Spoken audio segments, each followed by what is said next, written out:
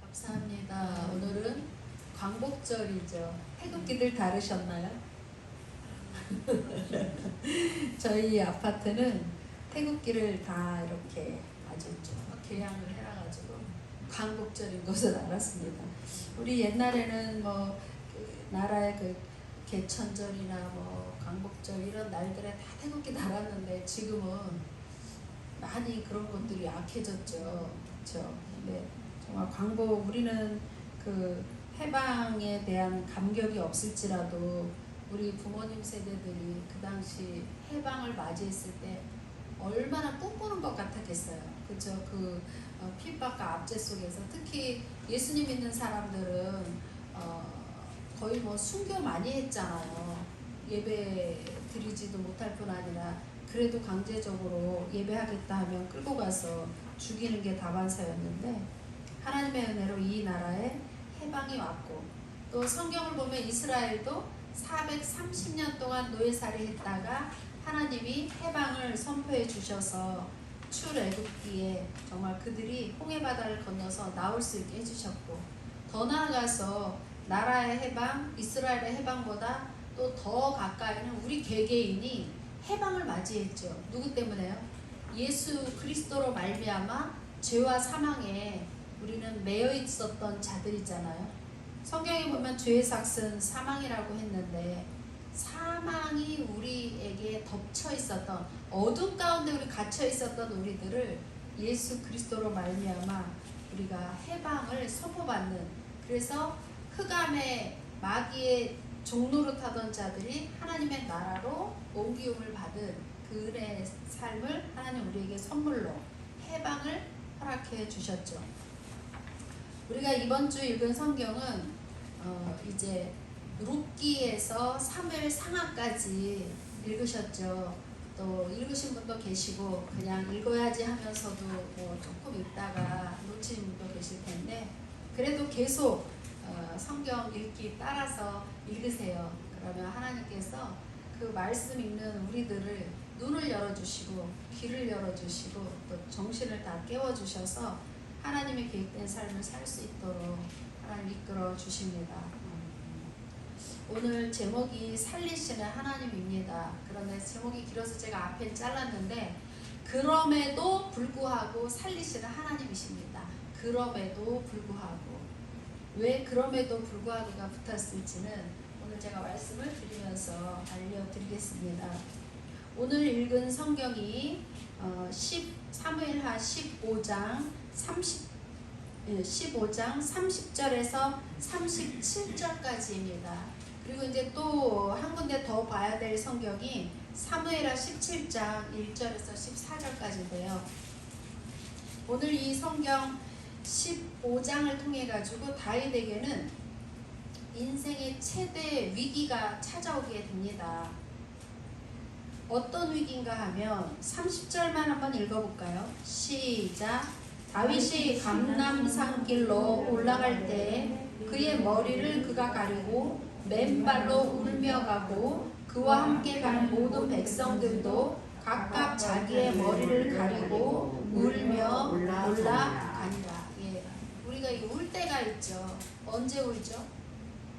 제일 먼저 가족 또 부모님이 돌아가셨을 때 당연히 울지요. 그러나 그 죽음 외에 우는 것은 내 인생의 가장 큰 위기, 고통이 찾아왔을 때 저절로 눈물이 컬컬컬컬 쏟아지는 그런 상황을 맞이해 보신 적도 있고 그리고 또 그런 상황 속에서 대체적으로 울게 되죠. 오늘 다윗이 이렇게 우는 것을 보면 좀 독특한 장면이죠.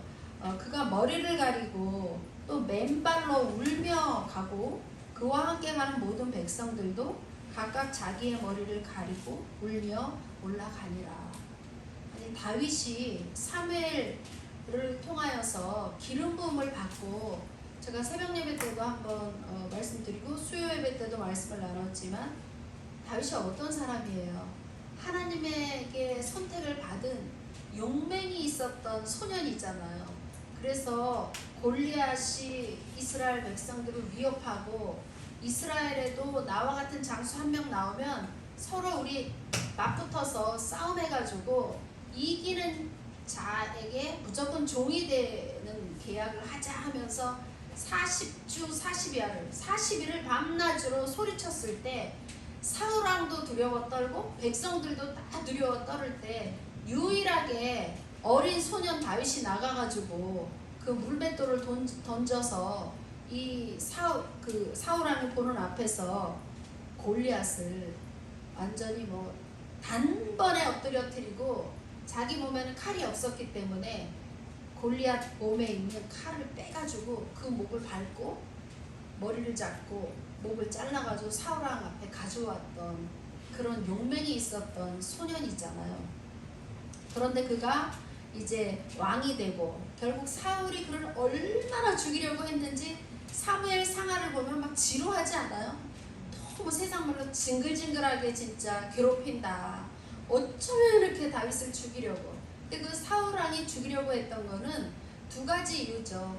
한 가지 이유는 백성들이 다윗을 막 추종하는 거예요. 전쟁에 나갔다 돌아오면 사울에게는 천천히요, 다윗에게는 만만이라 하면서 사울왕이 1000명을 죽였다면 어린 소년 다윗은 10,000명을 죽였다라는 노래잖아요. 그러니까 그 소리를 듣는 순간 사울왕이 왕임에도 불구하고 두려움이 왔어요. 또 한 가지는 왕임에도 불구하고 어린 소년을 향하여서 시기심이 일었어요. 그러니까 두려움은 자기 자리를 뺏길까봐에 대한 두려움이고, 시기심은 자기보다 너무 잘하니까 다윗을 시기하게 됐죠. 우리가 살면서 두 가지를 참 조심해야 되는 게 두려움과 시기심이에요. 두려움과 시기심은 결국 또 자기를 하나님 말씀에 복종하지 못하고 죽게 하죠. 결국 이 사울 왕은 폐위되잖아요. 그리고 이제 블레셋과의 전투에서 아들과 함께 죽게 되는데 30살에 다윗이 드디어 통일 왕국의 왕이 되죠. 이 다윗의 그 승전 소식을 보면 그가 자기 힘으로 전쟁에 나가서 이겼다라는 걸 하나도 없어요, 성경에. 전쟁이 딱 뭐 아말렉이 쳐들어왔다, 블레셋이 쳐들어왔다 하면 다윗은 바로 하나님께 엎드리는 거예요. 사실 이스라엘 백성들에게 언제나 그 전쟁은 끊이지가 않았어요. 그것이 바로 우리 삶에도 마찬가지 아닌가요? 크거나 작거나 우리 한 주간을 지나가기만 해도 크거나 작거나 우리가 사는 이 땅은 전쟁터라는 것을 깨달을 수 있죠. 그런데 사무엘이 그런 전쟁이 임할 때마다 사무엘이 아니라 다윗이 취한 자세는 기도였어요. 하나님, 블레셋이 쳐들어왔는데 쳐들어갈까요? 말까요? 또 하나님이 가라 그러면 네 하나님, 그러면 전쟁을 하기 위해서 어떤 작전을 해야 될까요? 하면 하나님이 뭐 북병을 뒤에 두고 앞에 진격을 해라 라든가 하면 그대로 하고. 그러니까 다윗이요 보면 전쟁에 나갈 때마다 이기는 거야. 나갈 때마다. 그러니까 다윗이 전쟁에 졌다라고 하는 기록은 찾아보기가 힘들어요. 그렇게 다윗이 하나님 앞에 부름을 받고 또 귀하게 쓰임을 받고 있는데, 다윗에게도 오늘은 인생의 최대 위기지만 또 한 번의 위기가 찾아오게 되죠.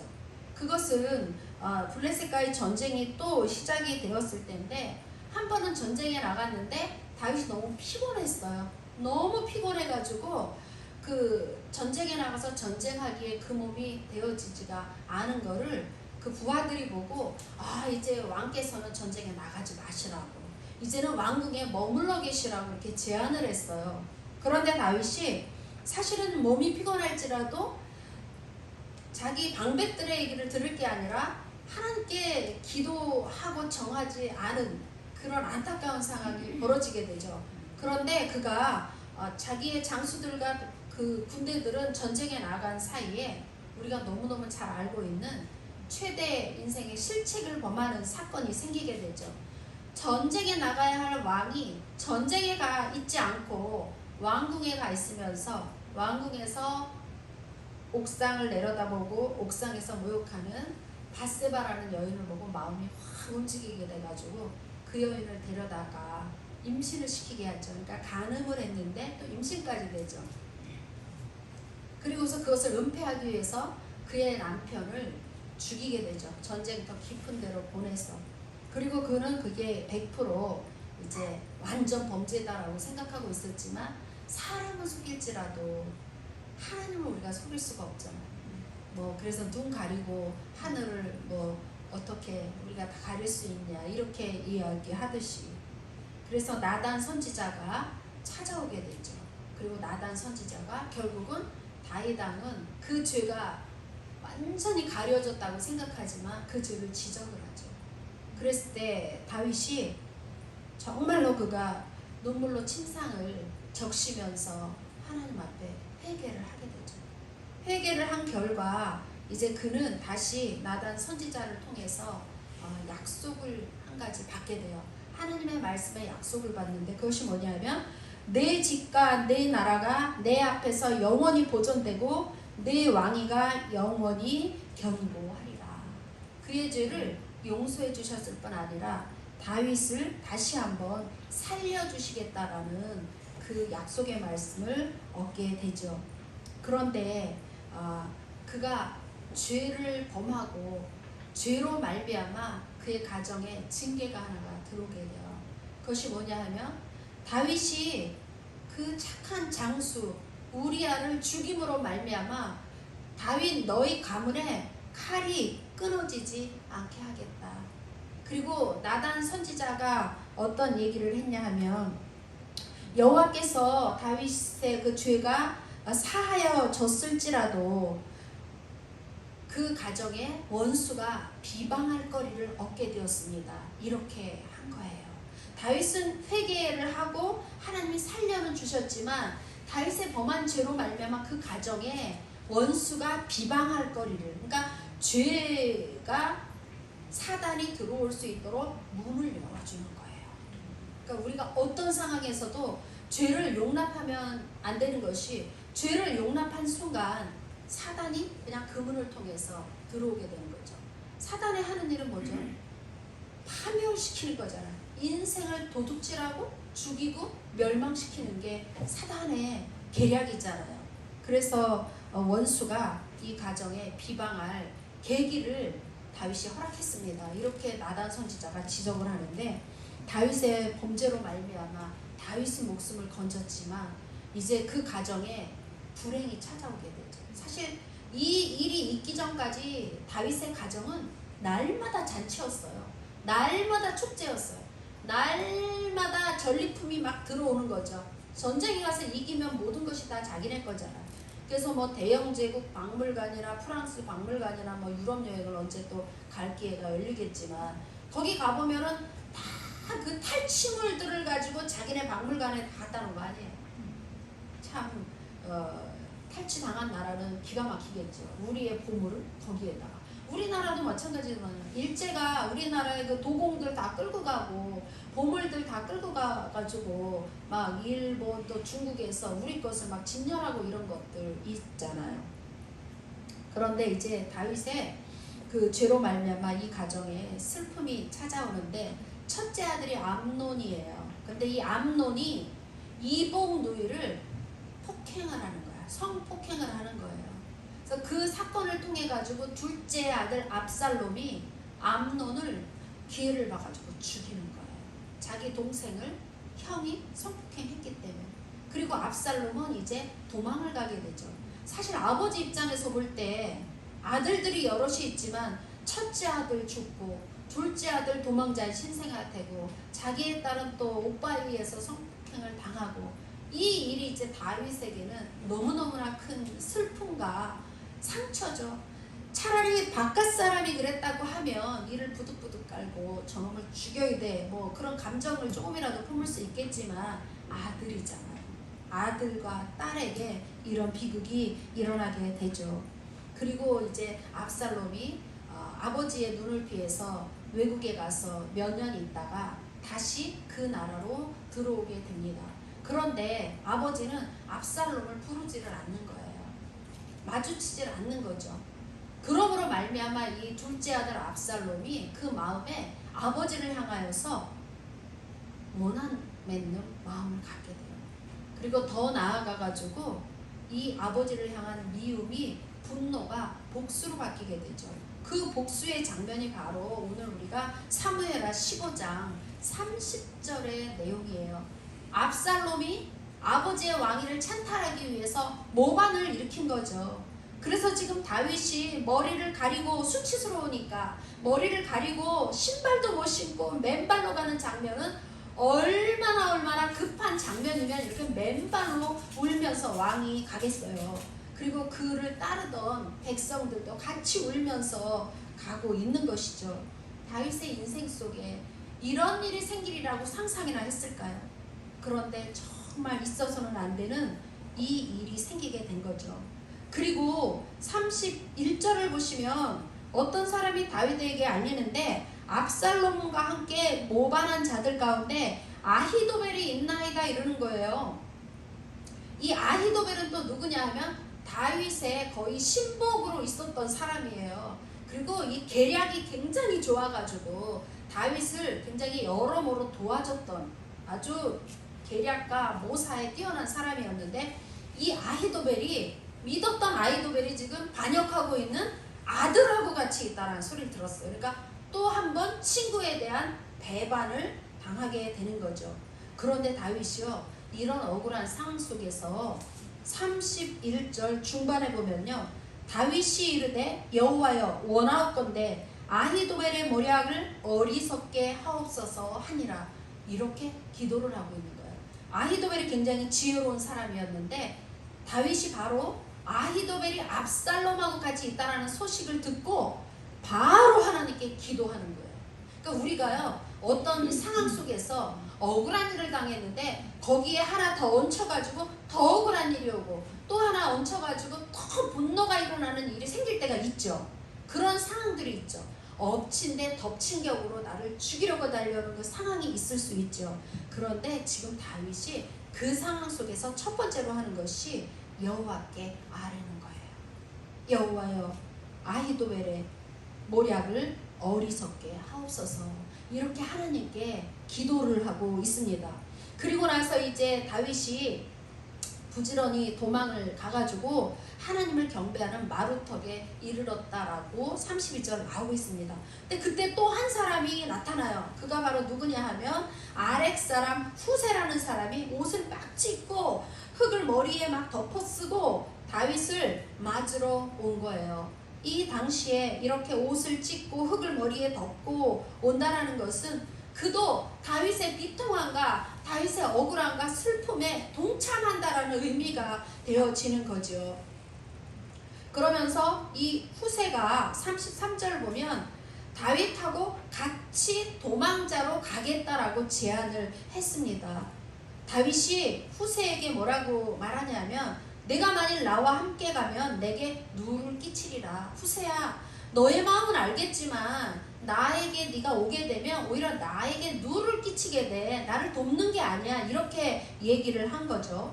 그리고 나가지고 성읍으로 돌아가라. 압살롬에게로 돌아가라. 가서 뭐라고 압살롬에게 말하냐면 34절 읽겠습니다. 시작.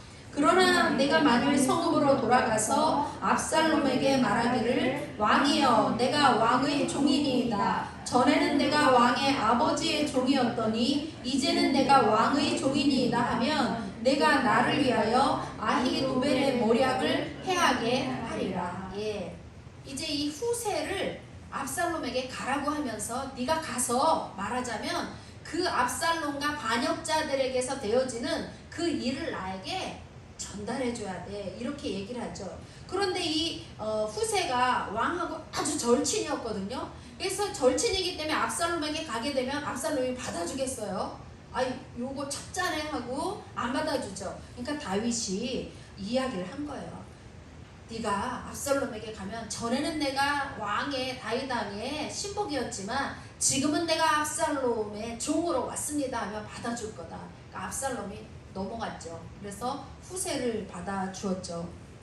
이렇게 이제 다윗 왕은 한 친구는 배반했지만 한 친구는 절친은 그래도 남아있어서 자기를 도우려는 그 후세는 압살롬에게 간 사건이 생기게 됩니다. 그리고 나가지고 이제 압살롬이요, 아히도벨을 불러요. 그 장면이 17장에 이제 시작이 되고 있습니다. 이 압살롬이 왕위를 찬탈해야 되니까 누구를 죽여야 돼요? 아버지지만 다윗을 죽여야 되는 거예요. 그런데 그 마음을 가지고 있을 때 이 계략가 아히도벨이 하는 일이 얼마나 나쁜 짓을 하는지 몰라요. 16장에 21절에 첫 번째 16장 21절 제안을 하는 게 아히도벨이요, 왕의 친구였었잖아요. 그런데도 압살롬에게 이렇게 말해요. 왕의 아버지가 후궁을 10명을 남겨두었는데 그 후궁들하고 옥상에서 텐트를 치고 동침을 하소서. 이렇게 못된 제안을 하는 거예요. 말하자면 압살롬에게 어머니 뻘 되잖아요. 그런데 이스라엘 온 백성이 보는 앞에서 그렇게 동침을 하라고 제안을 하죠. 그래서 압살롬이요, 그 제안을 받아들이고 아버지의 후궁들하고 동침을 하는 사건이 있게 아히도벨이 이 못된 계략가가 압살롬의 첫 번째 제안을 했고요. 두 번째 제안은 17장 1절에 보면 다윗이 지금 막 도망가고 있잖아요. 맨발로 것도 도망가고 있는데 어떤 계략을 말하는지 우리 1절 2절 한번 읽을게요. 시작. 아히도벨이 또 압살롬에게 이르되 이제 내가 사람 12,000명을 택하게 하소서. 오늘 밤에 내가 일어나서 다윗의 뒤를 추적하여 그가 고나고 힘이 빠졌을 때 기습하여 그를 무섭게 하면 그와 함께 있는 모든 백성이 도망하리니 내가 다윗 왕만 쳐 죽이고 3절까지요. 모든 백성이 당신께 돌아오게 하리니 모든 사람이 돌아오기는 왕이 찾는 이 사람에게 달렸음이라. 그리하면 모든 백성이 평안하리이다 하니. 이 아히도벨이 오늘 12,000명을 데리고 당장에 오늘 밤에 다윗의 뒤를 추적하여서 그가 이제 피곤하고 힘이 빠졌을 때 우리 기습합시다. 그렇게 하면 모든 백성은 도망갈 거고 그때 내가 다윗 왕만 쳐 죽이겠습니다. 아니 어떻게 왕을 모시던 그 인정받았던 사람이 이제는 왕을 죽이겠다라고 나서는지 정말 악한 원수에게 쓰임받는 모습을 볼 수가 있죠. 그렇게 다윗 왕을 죽일 계략을 세웠어요. 그 말을 들은 압살롬하고 4절 보면 이스라엘 장로들이요 다 그 말을 옳게 여기더라. 너무너무 좋은 제안이다라고 받아들였어요. 그런데 하나님께서 만약에 이 장면을 허락하시면 아히도벨의 계략대로 다윗 왕이 죽을 게 아니에요. 근데 하나님은 성경을 우리가 보시면 다윗 왕을 통하여서 아브라함을 통하여서 온 열방에 하나님의 나라가 세워지도록 하나님 계획하시고 언약하셨거든요. 근데 만약에 지금 다윗을 여기서 죽게 되면 예수 그리스도가 오실 수 있는 그 길이 막히는 거죠. 하나님은 이 성경을 통하여서 아브라함과 다윗의 자손 예수 그리스도가 오는 것을 지금 역사적으로 기록을 해나가고 계시는 거예요. 그러니까 하나님께서는 다윗을 이런 계략 속에서도 그 무수한 죄를 지었지만 그를 회복시키시고 살리시는 사랑의 하나님을 우리가 만날 수가 있습니다. 압살롬이 지금 이 장로들과 더불어서 아히도벨의 말을 옳게 여겼지만 5절을 보면요, 압살롬이 그 행동을 금방 따르지를 않고 잠깐 이렇게 하면서 5절로 이어가는 거예요. 5절 한번 읽어볼게요. 시작. 압살롬이 이르되 아렉 사람 후세도 부르라. 우리가 이제 그의 말도 듣자 하니라. 이 후세는 누구라고요? 아까 다윗하고 절친인데 다윗이 압살롬에게 가라. 그래서 그들이 어떤 계략을 세운지 나에게 알려줘라 하고 보낸 사람이 후세잖아요. 그런데 압살롬이 후세에게도 우리 한번 물어보자. 우리의 계획이 진행되는 데 있어서 후세의 생각은 어떤지 물어보자. 이렇게 얘기를 한 거예요. 그러니까 후세가요 11절에 한번 같이 읽어볼게요. 시작. 나는 이렇게 계략을 세웠나이다. 온 이스라엘을 단부터 브엘세바까지 바닷가에 많은 모래같이 당신께로 모으고 친히 전장에 나가시고. 여기 보면 후세는 정반대의 계획을 이야기하고 있죠. 아까 아히도벨은 오늘 당장 12,000명을 불러서 밤중에 가자, 다윗을 쫓아가 죽이자 했는데 후세는 아니요, 단에서 부엘세바까지. 단에서 부엘세바는 우리나라로 치면 백두산에서 한라산까지예요. 온 백성을, 백두산에서 한라산까지 온 백성을 다 모으자. 그럼 시간이 많이 걸릴 게 아니에요. 그러니까 다윗이 도망갈 기회를 주는 거예요. 후세 얘기는. 그렇게 해가지고 바다에 모래같이, 많은 모래같이 우리가 사람들을 다 모으자. 그렇게 모은 다음에 우리 전쟁에 나가자 얘기를 해요. 그리고 그 다음에 12절 한번 또 읽을게요. 시작. 우리가 그 만날 만한 곳에서 그를 기습하기를 이스라엘 땅에 내린같이 우리가 그 위에 덮여 그와 그 함께 있는 모든 사람을 하나도 남겨두지 아니할 것이요. 예. 그 모래알처럼 많은 사람을 데리고 갔다가 우리가 다윗을 만날 만한 곳에 가서 갑자기 기습을 하자. 그러면 하늘이 쓰리 땅에 쫙 내리는 것 같이 우리 백성들이 그들의 위에 다 덮여가지고 모든 사람을 하나도 남겨두지 아니할 수 있다. 이렇게 얘기를 한 거예요. 근데 이것으로 그친 것이 아니라 13절을 또 말을 해요. 시작. 또 만일 그가 어느 성에 들었으면 온 이스라엘이 밧줄을 가져다가 그 성을 강으로 끌어들여서 그곳에 작은 돌 하나도 보이지 아니하게 할 것이니이다 하매. 예. 만약에 이 기습 작전이 실패하게 되고 다윗이 성으로 들어갈 수도 있잖아요. 그럼 성으로 들어갔다 치면 우리 온 이스라엘이 밧줄을 갖다가 그 성을 묶자는 거예요. 그리고 그 성을 묶어가지고 그 성을 강으로 끌어들이자라는 거예요. 그래서 강에 있는 작은 돌멩이 하나도 보이지 않도록 하자. 이 작전을 얘기했어요. 근데 우리가 이 두 작전 중에 어느 작전이 더 다윗을 죽이기 쉬울 것 같아요? 당연히 첫 번째 작전이죠. 한 12,000명 데리고 빨리 쫓아가서 그들을 쳐 죽이는 게 쉽지. 백성 다 모은 다음에 기습작전, 또 기습작전이 실패하면 성 안에 들어갔으면, 아니 그 성을 밧줄로 어떻게 묶어가지고 온 백성이 아무리 줄다리기를 해도 강에 끌어들여서 강에 돌멩이 하나 보이지 않게 할 수가 있어요. 인간적으로 보면 후세에 알려준 계략은 한마디로 말도 안 될 뿐 아니라 어리석기 그지없어 보이는 계략이죠. 그런데요, 더 놀라운 것은 하나님께서는 압살롬의 마음에 아히도벨의 계략을 선택하지 않게 하셔요. 하나님이 압살롬의 마음을 움직이셔요. 그게 바로 14절입니다. 시작. 압살롬과 온 이스라엘 사람들이 이르되 아렉 사람 후세의 계략은 아히도벨의 계략보다 낫다 하니 이는 여호와께서 압살롬에게 팔을 내리려 하사 아히도벨의 좋은 계략을 물리치라고 명령하였음이더라. 예. 다윗이 곤궁에 처해져 있고 위기에 처해져 있지만 다윗은 하나님께 기도했었죠. 어떤 기도했었죠?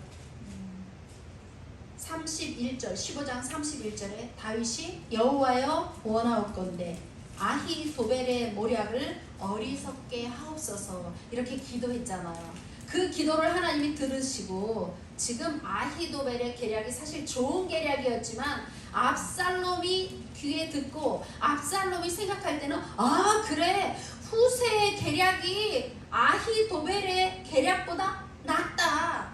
그러니까 우리는 아히도벨의 계략대로 하지 말고 후세의 계략대로 하자 하고 두 번째 계략을 따르도록 하나님께서 압살롬에게 화를 내리시기 위하여서 그 마음에 깨달음을 얻게 하셨다라는 것이죠.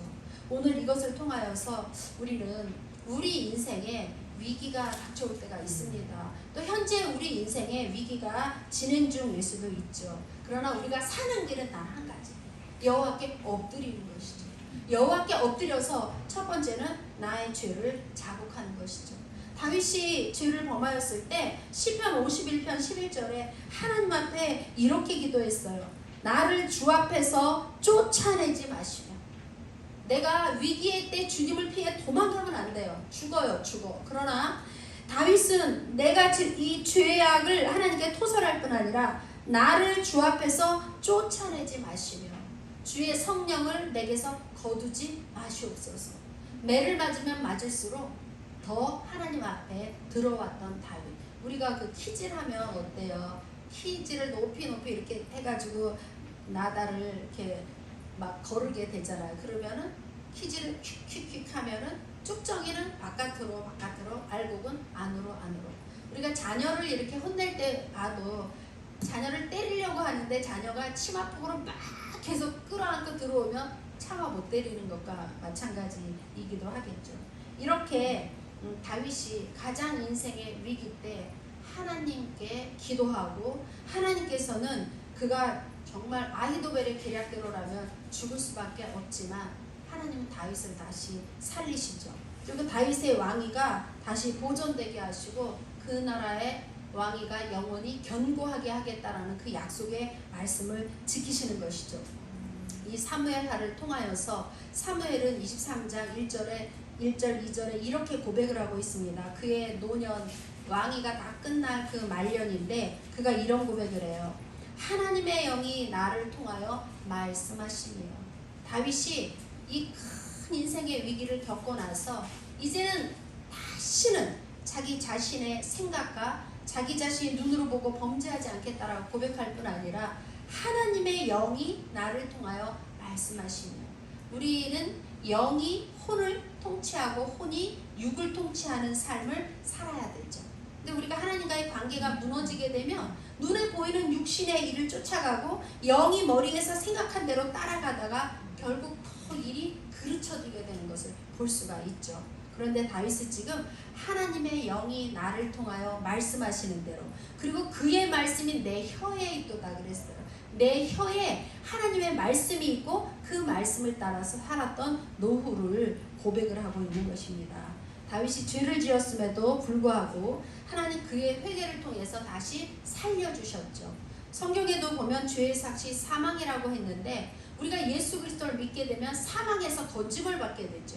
하나님의 도우심으로 하나님의 자녀의 삶으로 우리를 회복시켜 주시죠. 에베소서 1장 2절을 보면 그는 허물과 죄로 죽었던 너희를 살리셨도다. 다윗만 살리신 것이 아니라 우리도 우리의 허물이 있었죠. 우리의 죄가 있었죠. 그래서 우린 죽었던 자들인데 우리를 살리셨도다 이렇게 말씀하고 있습니다. 긍휼이 풍성하신 하나님은 우리를 사랑하신 그 큰 사랑을 인하여서 하나님의 사랑은 최고의 절정은 가장 큰 사랑의 열매는 십자가인 것이죠. 십자가에서 죄는 우리가 지었는데 우리의 죄를 예수님이 다 담당하시고 돌아가셨기 때문에 죄와 허물로 죽었던 우리가 예수님이 우리의 죄와 허물을 다 한 몸에 짊어지고 돌아가실 때 우리도 주님과 함께 죽고 주님이 사흘 만에 부활하실 때 우리 한 사람 한 사람을 새 생명으로 일으키셨던 것이죠. 그것이 바로 에베소서 1장 5절 말씀인데요. 허물로 죽은 우리를 그리스도와 함께 살리셨고 너희는 은혜로 구원을 받은 것이라.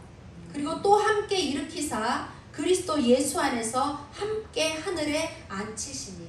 우리가 죄로 허물로 죽었던 자들인데 이제 우리의 죄를 다 씻어주셨을 뿐 아니라 그리스도와 함께 예수 안에 하늘에 앉히셨다라는 것이에요. 그래서 우리의 시민권이 두 개라 그랬잖아요. 하나는 한국 국민이고 또 하나는 하늘 시민권자로 우리가 지금 살고 있어요. 그것이 바로 예수 그리스도와 함께 하늘에 앉히셨대요.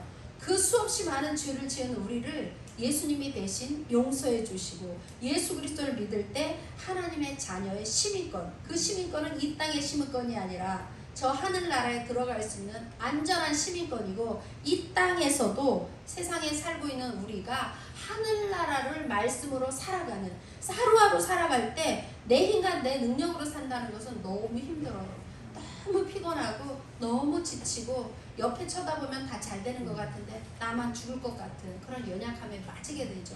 그러나 이 땅에서도 우리가 내가 가난에 처하거나 또 풍부에 처하거나 내가 높은 데 있거나 낮은 데 있거나 그 세상에 내가 치우치지 않고 하나님의 나라를 살 수 있는 것은 말씀을 붙잡고 사는 거예요. 하나님의 말씀을 붙잡고 사는 것이죠. 그래서 에베소 1장 8절에 너희는 그 은혜에 의하여 믿음으로 말미암아 구원을 받았으니. 우리가 오늘 하나님께 예배할 수 있는 것은 하나님이 우리를 사랑하시고 아들 예수 그리스도를 나를 살리시기 위하여 보내셨다는 것을 믿기 때문에 이 자리까지 올 수 있는 것이죠. 행여라 여기까지 왔지만 그래도 내 큰 죄를 어떻게 예수님이 다 감당하실 수가 있겠어. 그래도 그 죄에 대한 죄책감은 내가 조금 느껴야 되는 거 아니야 한다라면 오늘 그것조차 주님께 다 맡기셨으면 좋겠습니다. 예수님이 우리를 완전히 죄에서 건지셨고 영원한 형벌에서 우리를 건지시고 하나님의 자녀로 우리를 세워주신 것이죠. 그래서 이것은 우리의 어떤 행위가 아니라 하나님의 선물이었다. 우리가 행위로는 구원받을 자가 없죠. 행위에서 나는 것이 아니라 예수 그리스도를 믿음으로 말미암아 우리가 구원을 받고 하나님이 이렇게 우리를 행위가 아닌 믿음을 통하여 구원하신 것은 어느 누구도 구원에 대하여 자랑하지 못하도록 하셨죠. 그래서 에베소서 1장 10절은 우리는 그가 만드신 바라 예수 그리스도 안에서 우리는 새롭게 지음을 받았습니다. 예수 믿는 순간 보라 새 것이 되었으니 그랬어요. 이전 것은 지나갔으니 보라 새 것이 되었도다. 우리를 새로 만들어주신 예수님. 그래서 그 예수님 안에서 이제부터 우리는 선한 일을 위하여 지으심을 받은 자로 살아가기를 원하시는 것이죠. 다윗의 생애를 통해서 우리가 다시 한번 교훈을 얻을 수 있는 것은 그렇게 하나님의 은혜로 왕위의 자리까지 올랐지만 그가 한순간 죄를 범함으로 말미암아 그 가정에 불행과 비극과 죽음이 다가왔고 그러나 그 속에서도 하나님은 다시 다윗이 회개할 때 그 가정을 다시 세워가시는 하나님의 은혜를 우리가 보면서 우리도 믿음 안에 있기 전에는 죄덩어리였죠. 그러나 예수님을 믿는다고 죄에서 또 자유로워진 건 아니에요. 여전히 죄와의 싸움이 있죠. 그러나 그때마다 우리가 하나님 앞에 나의 연약함을 토설하고 나의 정말 그 무너진 자리에서 다시 하나님의 얼굴을 구할 수 있도록 믿음을 달라고 기도하고 그리고 내 힘이 아니라 하나님이 주신 성령의 힘으로 천국을 누릴 수 있는 하나님의 자녀 되게 해달라고 그렇게 기도하면서 천국의 순례자의 길을 매일매일 승리하면서 가셨으면 좋겠습니다.